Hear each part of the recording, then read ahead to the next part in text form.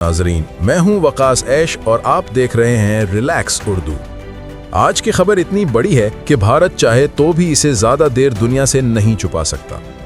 आप सिर्फ एक बार आखिर तक सुन लें, बहुत कुछ समझ आ जाएगा। बात शुरू होती है एक ऐसे खौफ से जो इस वक्त भारतीय इस्टेब्लिशमेंट के अंदर गहराई तक बैठ चुका है।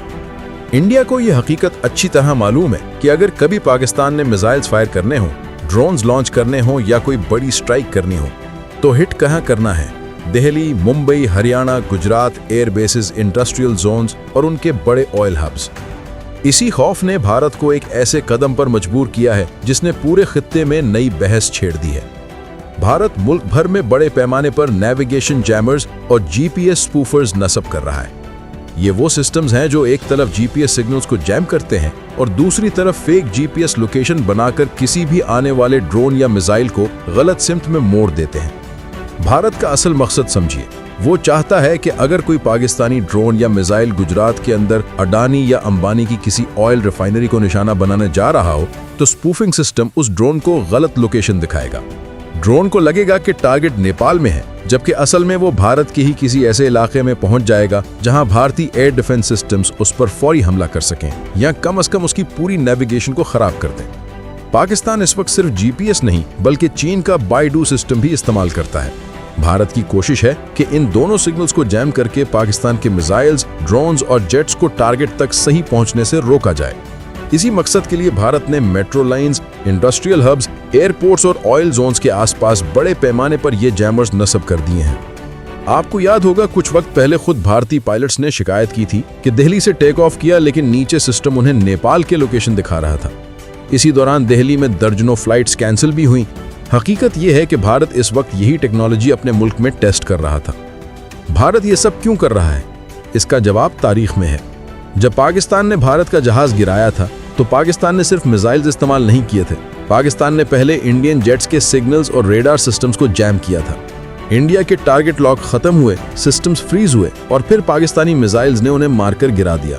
ये बात ना सिर्फ दुनिया ने मानी बल्कि उस वक्त अमेरिकी सदर ट्रंप ने भी इसका इशारे में जिक्र किया था। अब भारत समझता है कि जीपीएस को जैम करके वो पाकिस्तान के जदीद हथियारों को बेअसर कर देगा, लेकिन हकीकत यह है कि एंटी जैम और एंटी स्पूफिंग टेक्नोलॉजी पाकिस्तान के पास पहले से मौजूद है। जिस मुल्क ने ये हरबे पहले इस्तेमाल किए हों वो अपना काउंटर भी जरूर बनाता है। आज चीन पाकिस्तान को जो दिफाई टेक्नोलॉजी दे रहा है वो सिर्फ रेंज या फायर पावर पर फोकस नहीं करती। चीन की तरजीह हमेशा ये रही है कि दुश्मन के जंगी जहाज को बगैर मिसाइल्स मारे कैसे गिराया जाए, रेडार को कैसे जैम किया जाए, इलेक्ट्रॉनिक काउंटर वॉरफेयर सिस्टम्स को कैसे मफलूज किया जाए। रूस और चीन मिलकर ऐसे इलेक्ट्रॉनिक वॉरफेयर सिस्टम्स बना चुके हैं जिनके सामने अमेरिकी F-18 और उसके हेलीकॉप्टर्स साउथ चाइना सी में गिर कर रह गए थे। भारत चाहे जितनी भी तैयारी कर ले, पाकिस्तान के पास काउंटर सिस्टम्स पहले से तैयार हैं। पाकिस्तान ने एक बार कहा था कि हमने सिर्फ 4 से 5% टेक्नोलॉजी इस्तेमाल की थी, पूरी ताकत तो हमने दिखाई ही नहीं। भारत सोचता है कि स्पूफिंग और जैमिंग उसे जंग में बर्तरी दे देगा, लेकिन अमेरिका की 2021 इंटेलिजेंस रिपोर्ट खुद ये कह चुकी है कि चीन भारत के स्ट्रेटेजिक सिस्टम्स के अंदर तक घुस चुका है। तो भारत जानता है कि इलेक्ट्रॉनिक वॉरफेयर में वो कितना कमजोर है। अगर खित्ता जंग की तरफ गया तो ये कोई सरहदी झड़प नहीं होगी, ये शहर मुकाबला शहर होगा, सिस्टम मुकाबला सिस्टम होगा, टेक्नोलॉजी मुकाबला टेक्नोलॉजी होगी। भारत अपने शहरों को बचाना चाहता है, पाकिस्तान अपना दिफा मजबूत कर रहा है।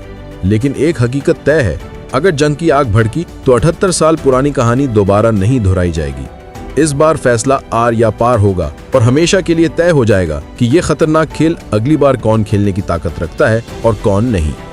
ये सब माहौल भारत ने खुद पैदा किया है। हालात तेजी से बदल रहे हैं, कोई भी वक्त फैसला कुन साबित हो सकता है। इसलिए तैयार रहें, आंखें खुली रखें और सच जानने के लिए हमारे साथ जुड़े रहें।